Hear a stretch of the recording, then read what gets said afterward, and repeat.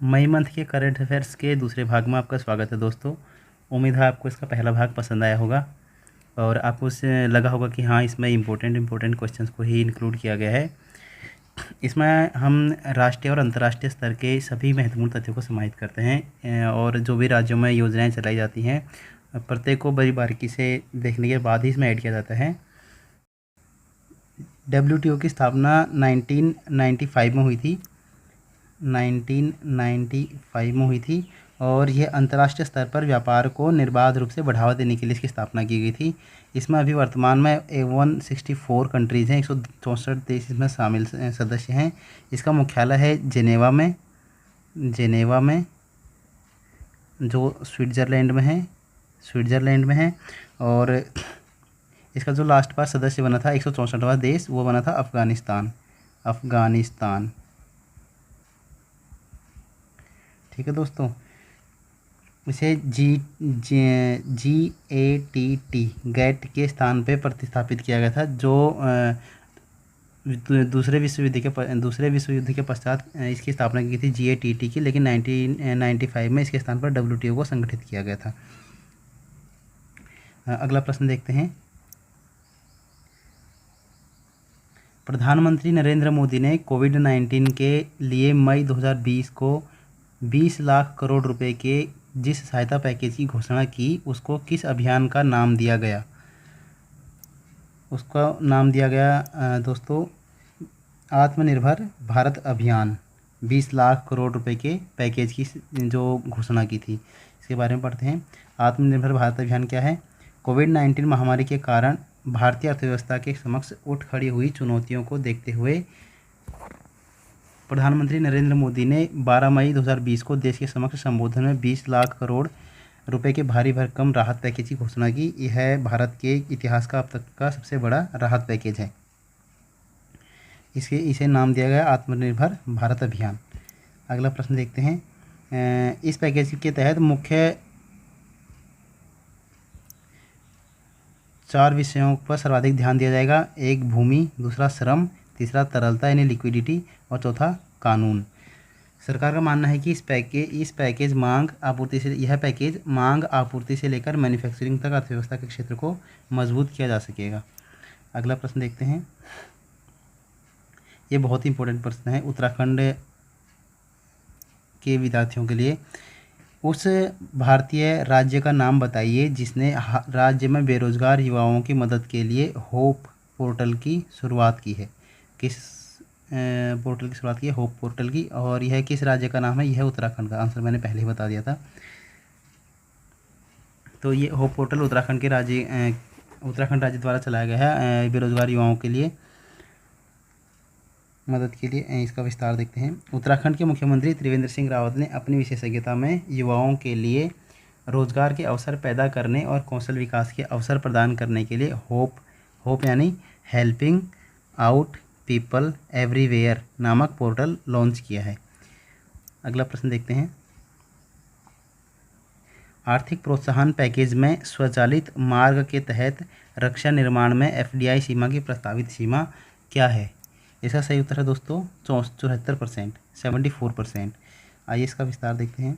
वित्त मंत्री द्वारा घोषित प्रोत्साहन उपायों में से एक अपनी मेक इन इंडिया पहल के तहत, किस पहल के तहत? मेक इन इंडिया पहल के तहत रक्षा उत्पादन को बढ़ावा दिया जा रहा है। अब स्वचालित मार्ग के तहत प्रत्यक्ष विदेशी निवेश FDI की सीमा 49% से बढ़ाकर 74% कर दी गई है।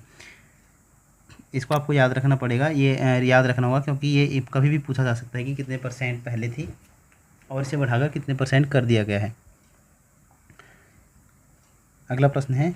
फरवरी 2021 में फीफा अंडर 17 महिला विश्व कप की मेज़बानी करने जा रहे देश का नाम बताइए। फीफा अंडर 17 महिला विश्व कप।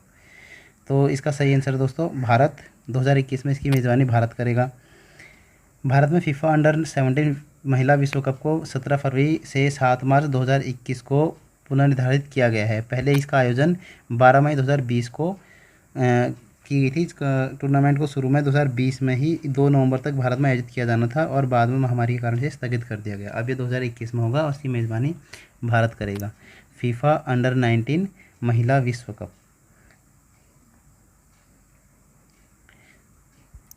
देश में पहले राज्य का नाम बताइए जिसने एफआईआर आपके द्वार योजना शुरू की है। एफआईआर आपके द्वार ये है मध्य प्रदेश। मध्य प्रदेश राज्य ने यह योजना शुरू की है।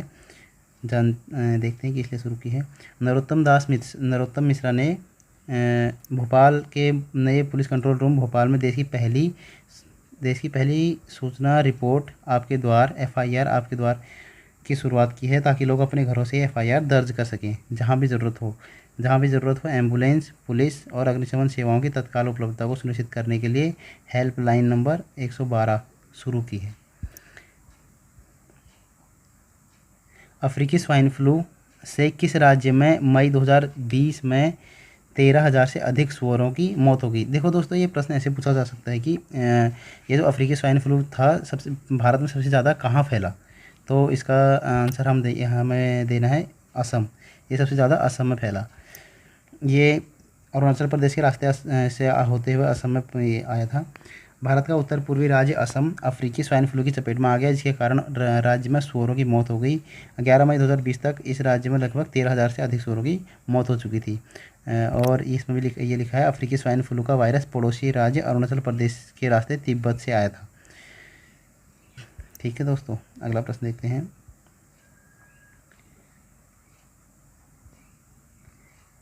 ये जम्मू कश्मीर प्रशासन की अधिसूचना के अनुसार अधिवास के लिए पात्र होने के लिए जम्मू कश्मीर में निवास की न्यूनतम अवधि क्या है? तो इन्होंने अधिवास के लिए न्यूनतम अवधि सेट की है जम्मू कश्मीर प्रशासन ने। ये है 15 साल।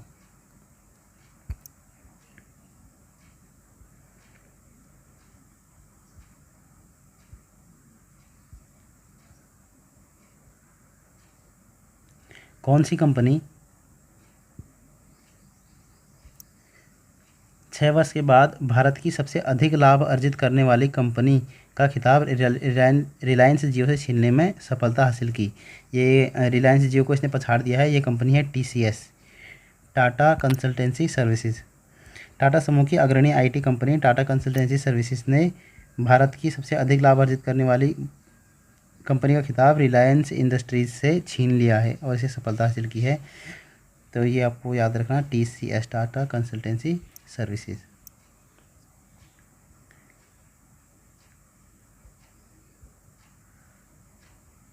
ये क्वेश्चन भी बहुत ही इंपॉर्टेंट है। 8 मई को विश्व भर में कौन सा दिवस मनाया जाता है? 8 मई को विश्व भर में कौन सा दिवस मनाया जाता है? 8 मई को 2 दिवस मनाए जाते हैं दोस्तों। एक है रेड क्रॉस दिवस और दूसरा विश्व थैलीसीमिया दिवस। एक रेड क्रॉस दिवस और दूसरा विश्व थैलीसीमिया दिवस।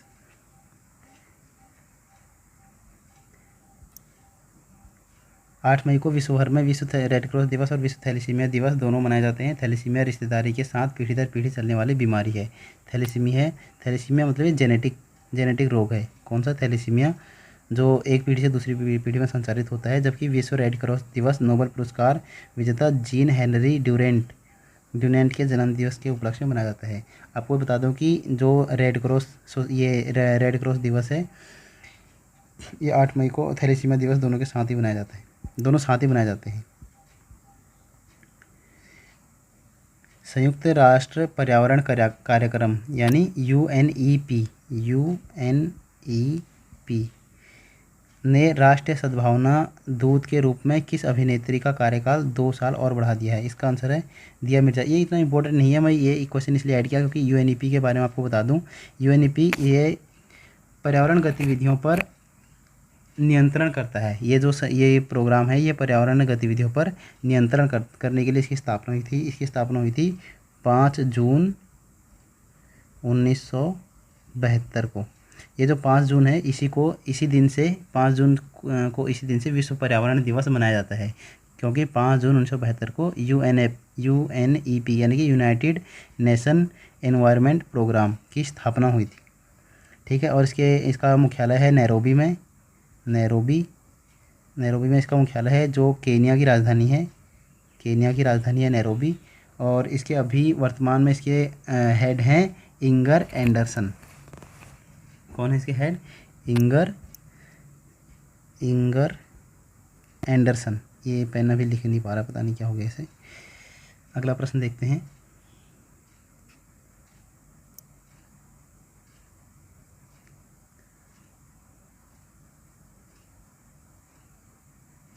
किस भारतीय राज्य ने आयुष कवच कोविड ऐप लॉन्च किया है? आयुष कवच कोविड लॉन्च किया है, ये उत्तर प्रदेश ने लॉन्च किया है दोस्तों। उत्तर प्रदेश के मुख्यमंत्री सीएम योगी आदित्यनाथ ने आयुष कवच कोविड ऐप लॉन्च किया है, जो कोरोना वायरस संकट के दौरान लोगों को स्वास्थ्य संबंधी टिप्स और आयुर्वेदिक दवाओं के बारे में जानकारी प्रदान करेगा। जैसे आरोग्य सेतु ऐप है ना, आरोग्य सेतु, उसी की तरह ये ऐप आयुष कवच कोविड ऐप लॉन्च किया है उत्तर प्रदेश सरकार ने। अगला प्रश्न देखते हैं। केंद्र सरकार के अनुसार विदेश में फंसे भारतीयों को वापस लाने के लिए किस मिशन के तहत 7 से 13 मई के दौरान 64 उड़ानें संचालित की जाएंगी? ये उड़ानें इम्पोर्टेंट नहीं है, ना ही ये डेट इम्पोर्टेंट है। इम्पोर्टेंट है मिशन कि किस मिशन के तहत ऐसा किया गया है। इसका आंसर है वंदे भारत मिशन के तहत ये उड़ानें संचालित की गई थी। इसका विस्तार देख लेते हैं। भारत सरकार ने कोरोना संकट के कारण विदेश में फंसे भारतीयों को लाने के लिए वंदे भारत मिशन की शुरुआत की है। इसके लिए एयर इंडिया और उसकी सहायक कंपनी एयर इंडिया एक्सप्रेस 12 देशों में फंसे 14,800 भारतीयों को वापस लाने के लिए 64 उड़ानों का संचालन करेगी। अगला प्रश्न देखते हैं। विदेशों में फंसे भारतीयों को वापस लाने के लिए भारतीय नौसेना के द्वारा कौन सा ऑपरेशन लॉन्च किया गया है? ये भारतीय नौसेना द्वारा लॉन्च किया गया ऑपरेशन है, वो एयर इंडिया द्वारा किसके द्वारा? केंद्र सरकार के अनुसार ये एयर इंडिया के द्वारा संचालित मिशन था और वो भारतीय नौसेना के द्वारा संचालित मिशन है। तो इसका नाम क्या है? इसका नाम है ऑपरेशन समुद्र सेतु।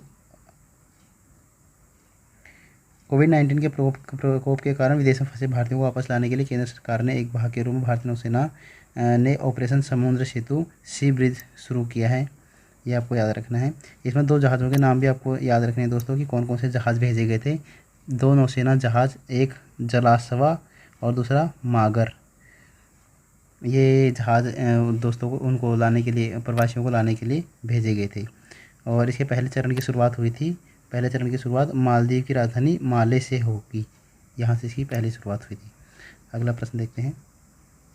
आंध्र प्रदेश में किस शहर में एक प्लास्टिक फैक्ट्री में 7 मई 2020 को सुबह गैस रिसाव होने के कारण एक बड़ा हादसा हो गया?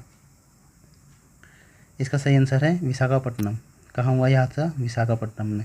ये दोस्तों ये डेट नई वेट कुछ काम की नहीं है और विशाखापट्टनम याद रख सकते हैं। बाकी आपको एक इम्पोर्टेंट चीज़ में बता दूं कि कौन सी गैस रिलीज हुई थी। उस गैस का नाम था स्टायरिन गैस थी वो, स्टायरिन। तो ये पूछा जा सकता है कि वो गैस जो रिलीज हुई थी कौन सी गैस थी, तो आपको याद रखना स्टायरिन गैस थी। इसमें आंध्र प्रदेश के विशाखापट्टनम में हाल ही में केमिकल प्लांट में गैस रिलीज होने के कारण 4 किलोमीटर के दायरे में 2 बच्चे समेत 11 लोगों की मौत हो गई। तो आपको याद रखना कि स्टायरिन गैस थी वो। मैं एक बार दोबारा लिख देता हूँ, स्टायरिन गैस। अगला प्रश्न देखते हैं। मुस्तफ़ा अल काज़ेमी ये किस देश के प्रधानमंत्री बने हैं? ये आपसे पूछा जा सकता है। मुस्तफ़ा अल काज़ेमी, तो ये इराक के प्रधानमंत्री बने। ठीक है दोस्तों, इसका विस्तार पढ़ने की ज़्यादा आवश्यकता नहीं है। उस राज्य का नाम बताइए जिसने मुख्यमंत्री शहरी रोजगार गारंटी योजना लॉन्च की है। मुख्यमंत्री शहरी रोजगार गारंटी योजना, तो यह है हिमाचल प्रदेश ने ये कोरोना वायरस की महामारी में से प्रभावित अर्थव्यवस्था को पुनर्जीवित करने के लिए हिमाचल प्रदेश राज्य सरकार ने मुख्यमंत्री शहरी रोजगार गारंटी योजना 120 दिनों के लिए स्टार्ट की है। वहाँ के सीएम जयराम ठाकुर, ये भी आपको याद रखना है। अगला प्रश्न देखते हैं। देश की सबसे बड़ी तेल कंपनी इंडियन ऑयल कॉरपोरेशन के नए चेयरमैन किसे नियुक्त किया गया है? तो आईओसी इंडियन ऑयल कॉरपोरेशन का चेयरमैन किसे नियुक्त किया गया है? ये हैं श्रीकांत माधव वैद को आईओसी का नया चेयरमैन नियुक्त किया गया है। किस कश्मीरी उत्पाद को हाल ही में जीआई टैग प्राप्त हुआ है? यह है केसर। जीआई टैग, ये अभी केसर बहुत ही सुर्खियों में रहा था कि कश्मीरी उत्पाद को हाल ही में जीआई टैग प्राप्त हुआ, तो केसर है। इसके विस्तार देखते हैं। केसर, कश्मीरी केसर दुनिया में एकमात्र केसर है, अगर एकमात्र है तो इम्पोर्टेंट है, जो 1600 मीटर की ऊंचाई पर उगाया जाता है। यह पुलवामा, किश्तवाड़, बड़गाम और श्रीनगर के क्षेत्रों में उगाया जाता है। अब जैसे पीसीएस और यूपीएससी के एग्जाम में ये जगह पूछ ली जाएंगी कि पुलवामा, किश्तवाड़, बड़गाम और श्रीनगर, इनमें से किस क्षेत्र में ये कश्मीरी केसर नहीं उगाया जाता। तो ये आपको 4 नाम दे देंगे या एक इसके साथ एक नाम और दे देंगे, तो इस प्रकार आपको फंसा सकता है एग्जामिनर। अब जीआई टैग के बारे में देख लेते हैं कि जीआई टैग क्या है। भौगोलिक संकेतक, यानी कि यह संकेत है जिसका उपयोग उन उत्पादों पर किया जाता है जिनकी एक विशिष्ट भौगोलिक उत्पत्ति होती है, मतलब जो कोई विशेष स्थान पर ही होते हैं। इन उत्पादों की विशेषता और पहचान भी इसी मूल के क्षेत्र के कारण होती है। साथ ही जीआई टैग किसी उत्पाद की गुणवत्ता और उसकी अलग पहचान का सबूत है।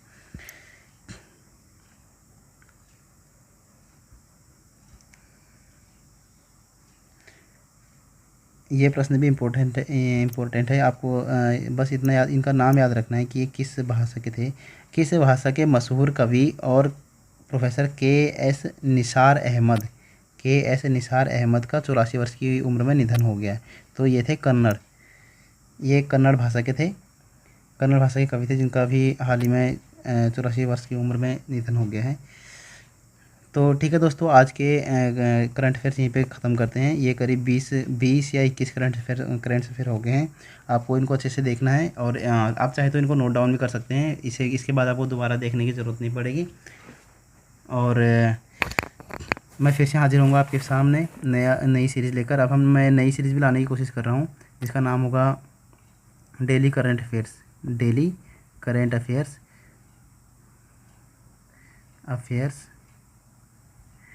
आपको वीडियो कैसा लगा ज़रूर बताइए कमेंट सेक्शन में, और लाइक कीजिए, सब्सक्राइब कीजिए और देखते रहिए ज़्यादा जानकारी के लिए। तब तक पढ़ते रहिए, ज्ञान अर्जित करते रहिए। बाय।